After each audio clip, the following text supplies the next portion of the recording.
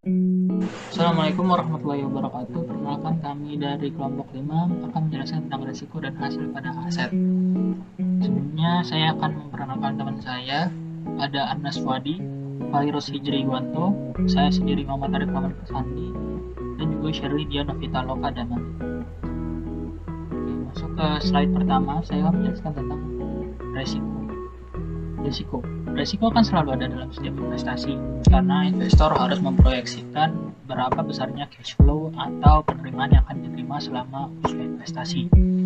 Pada prinsipnya, semua keputusan yang diambil oleh manajer keuangan, baik yang menyangkut keputusan investasi, keputusan pembelanjaan, dan juga kebijakan dividen, memiliki tujuan yang sama. Semua itu mensyaratkan suatu estimasi hasil yang diharapkan dan risiko atau kemungkinan tidak diperolehnya hasil seperti yang diharapkan. Kemudian hasil yang diharapkan diterjemahkan dalam tingkat keuntungan yang diharapkan atau expected return. Sedangkan risiko berarti probabilitas tidak dicapainya tingkat keuntungan yang diharapkan atau kemungkinan return yang diterima menyimpang dari return yang diharapkan. Estimasi penerimaan yang diharapkan tersebut belum tentu sama dengan kenyataannya, karena adanya faktor-faktor tertentu yang mempengaruhi. Semakin besar penyimpangan tingkat keuntungan yang diharapkan, maka akan semakin besar pula tingkat resikonya.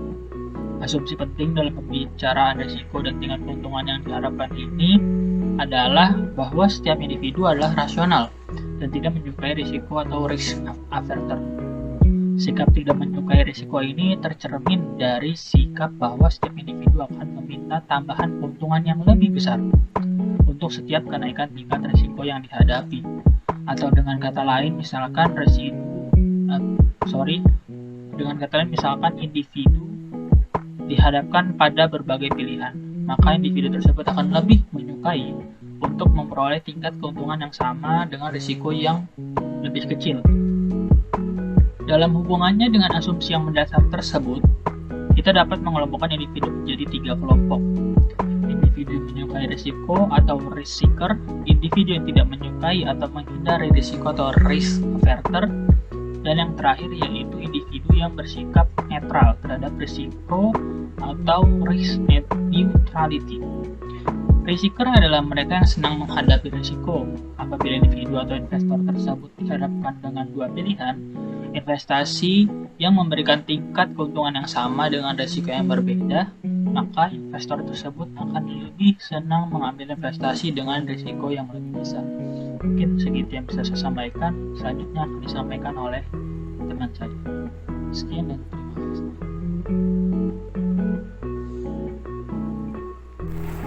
Pengertian lainnya, risiko yaitu merupakan penyimpanan hasil keuntungan yang diperoleh dari rencana hasil yang diharapkan. Return yaitu keuntungan yang diperoleh oleh perusahaan, individu, dan industri dari hasil kebijakan investasi yang dilakukannya. Risiko dan keuntungan yaitu kondisi yang dialami perusahaan, individu, dan industri dalam keputusan investasi, baik kerugian maupun keuntungan dalam suatu periode akuntansi. Manajemen risiko yaitu usaha secara rasional ditunjukkan untuk mengurangi kemungkinan terjadinya kerugian dari risiko yang dihadapi. Analisis risiko yaitu suatu metode analisis yang meliputi faktor penilaian, karakterisasi, komunikasi, manajemen, dan kebijakan yang berkaitan dengan risiko tersebut. Risiko dalam perusahaan tidak dapat dihindari, hanya dapat dikelola bagaimana agar risiko tersebut sekecil mungkin mempengaruhi keputusan perusahaan. Risiko dalam perusahaan terdapat dua, yaitu dapat dikendalikan dan tidak dapat dikendalikan. Risiko dalam perusahaan dibedakan menjadi 3. Pertama, risiko individual. Kedua, risiko perusahaan. Ketiga, risiko pasar atau beta. Perhitungan risiko. Untuk menganalisis layak atau tidaknya investasi dilaksanakan, perlu penghitungan lebih dahulu risiko masing-masing investasi tersebut sebelum pengambilan keputusan.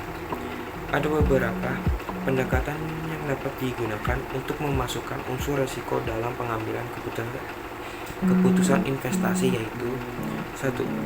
Perhitungan risiko aliran kas. Metode ini mempertimbangkan adanya ketidakpastian yang mungkin muncul atas aliran arus kas suatu investasi. Semakin tinggi ketidakpastian aliran kas, maka semakin besar tingkat risiko investasi tersebut. Dan sebaliknya, semakin rendah ketidakpastian aliran kas, maka semakin rendah risikonya. Kedua, menghitung penyimpangan atau deviasi standar aliran kas. Assalamualaikum warahmatullahi wabarakatuh. Perkenalkan, nama saya Shirley Dia Novital Akademanik dari kelompok 5 jurusan Manajemen Keuangan. Mengelola resiko. Dalam aktivitas usaha, resiko tidak bisa dihindari. Akan tetapi, resiko dapat dikelola untuk meminimalisir dampak terhadap keputusan investasi. Ada 4 cara untuk mengelola resiko dalam investasi, yaitu yang pertama, memperkecil resiko dengan tidak memperbesar setiap keputusan yang mengandung resiko tinggi, tapi membatasinya agar risiko tersebut tidak menjadi besar di luar kontrol pihak manajemen perusahaan dan tidak mengambil keputusan secara spekulasi. Yang kedua, mengalihkan risiko. Risiko yang kita terima, sebagian kita alihkan ke tempat lain dengan cara asuransi. Yang ketiga, yaitu mengontrol risiko.